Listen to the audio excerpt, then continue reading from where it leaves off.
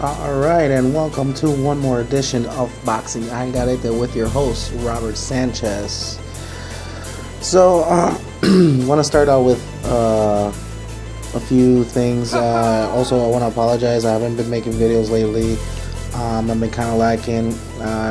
Been going through a little back injury, so just a lot of pain for the last couple of days, so I just didn't really have time for a video, but I'm back and I'm going to go strong. I'm going to probably throw out a few videos in one day just to be able to satisfy you guys and new content, as much as new content as possible. So we're starting out with the circus act that we have in the middleweight division right now with the whole Canelo Alvarez situation and his new opponent for September 9th or September 14th or whatever date they decide. So basically there was talks first that there's going to be Carnelo. Basically that blew up when it was reported that Golden Boy had sent over an offer to Canelo's people, and basically it was just a horrible offer. Reports say, reported to Boxing Scene, shout out to them, that it was basically half of what Daniel Jacobs got in his fight, and if I'm not mistaken, I think Jacobs got like 4 million, I think it was. So if that was half, I guess they'll offer him 2 million. And that's bullshit money. To be honest with you, that is, this is supposed to be for history. It's supposed to be a 4th rate division. Like heavyweight, he's a champion. You gotta pay the man. You know what I'm saying? You can't just send some bullshit offer like that, disrespect the man like that. But anyways, that fell through, and now they're mentioning. Well, first they were mentioning. First people that was mentioned was it was gonna be Triple G and Munguia, but I guess since the Canelo fight didn't go through, Canelo's people is trying to scoop up the Munguia. And since Munguia is also with Golden Boy, I would assume that Canelo has a better chance of getting the fight than Triple G. Also, Munguia will probably make more, well, not probably, will make more money fighting Canelo than fighting Triple G.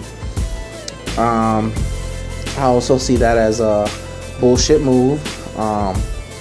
This kid is only 22 years old. Basically, he's a punching bag. He has no defense whatsoever. He's a straightforward guy. It's going to be easy pickings. It's basically going to be another Julio Cesar Chavez Jr. versus Canelo fight.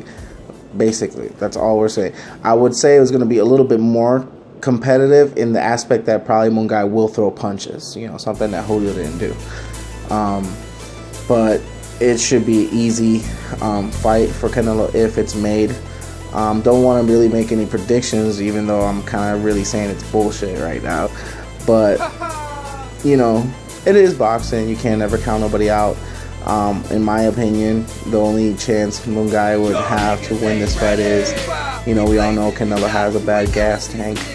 So, if he pushes the pace from round 1 and, just goes in that relentless Margarito style of pressure, and he has been compared to Margarito from first round all the way to the 12th round. I could see Canelo gassing out in the later rounds, and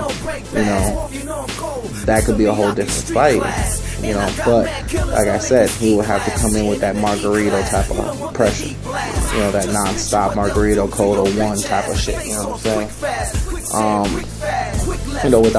Without the fucked up hand wraps, of course.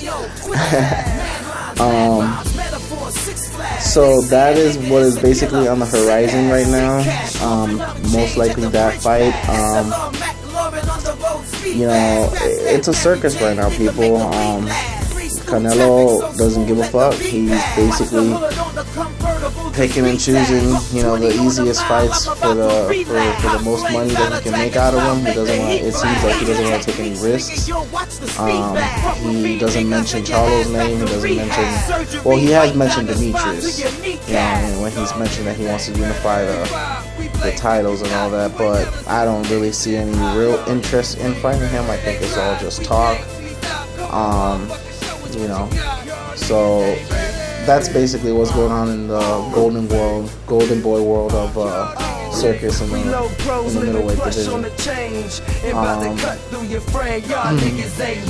Good news though, at least for the middleweight division, at least I look at it that way. The Showtime numbers for Charlo Adams came in. It peaked at 434,000.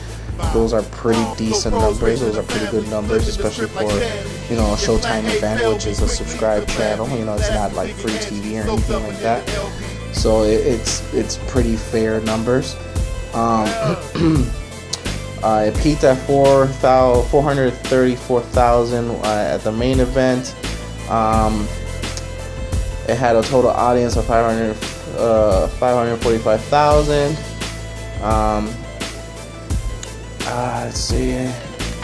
Yeah, so it did pretty good. The average was 379, so which that's also pretty good. And it was like 3 bouts. The most that it says here, it's kind of confusing. For the 3 fights, yeah, the average was 379, so that's pretty good. 379,000 people were watching that fight, so that is a pretty good numbers for the Charlos, which they have been doing great numbers. Following up with Andrade, as we all know, he made easy work of Sileski. Beat him in a 12-round decision, knocked him down in the first. After the fight, he did call out Canelo, asked him where was his cojones at. I'm feeling him on that. Where are your cojones? You know what I'm saying? I feel like that should be the next fight too, mate. Especially both of you fighters being in the zone. Basically, it's the easiest fight to make. I understand the Charlo, different promotions, different managers, all that shit. I get that, but this should be the next fight. I don't even know why we're talking about Munguia or Club or anything else. You try to talk about moving up in weight, you want to go up to 175, but you ain't taking care of the division you're in right now. You know what I'm saying? You got plenty of fucking competition in the 160-pound division, and you just like saying, oh, fuck all that. And you know what? Let's not even say 160. What about 168? You got a grip of niggas there who will be willing to fucking take on Canelo that I would say will give him, a hell of a fight. Just to name a few, Darrell. What's the kid that's fighting Darrell? The one who's fighting Darrell. You got Plant in that division too. You got a few people. You got a few cats. But why even go there when you haven't even cleared out the 160 division? You haven't fought Charlo. You haven't fought Demetrius. You didn't fight also Billy Joe Saunders when he was at 160. There's plenty of people you haven't fought at 160. For you to be wanting to go at 175. And then it's not like you're going and you pick it. You know what I'm saying? You picking the most vulnerable champion. I already see why you picked him. You saw that Ward gave him problems to the body. He doesn't take body shots very well. He gasses out when people go to the body with him.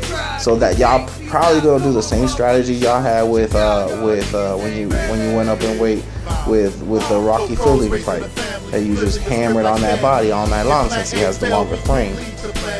Same thing with Canelo. Canelo will have a longer frame. It'll be easy for him to get into those body shots as long as he can work himself in. That's basically what I see Canelo. I think that's what Canelo's team is thinking, that's going to be that type of fight. So hopefully, they deter from that. From what I'm seeing, since they send them that bullshit money, I don't think the fight will happen. Most likely what I'm seeing is probably the Munguia fight happening, since it's September Independence, Mexicans Independence Day. Two Mexicans going at it. Should make good numbers, you know. Munguia is pretty popular with the Mexican fan base, so he's a rising star. He's not a star yet, but he's a rising star. So like I said, it'll do good numbers. So that's basically what I got today for the middleweight division. I'm gonna try to keep it like that. Try to do my little videos in talking about the people that I talk about in divisions. Middleweight, welterweight, heavyweight, and in between. So please subscribe to my channel. Please share the video. Please hit the like button. I'm going to keep making these videos, keep going hard for y'all. Please keep supporting me. We're going to make this happen. We're going to reach the 1,000 subscribers. So just keep it going. Let's keep this moving. Thank you guys all for the support. Peace.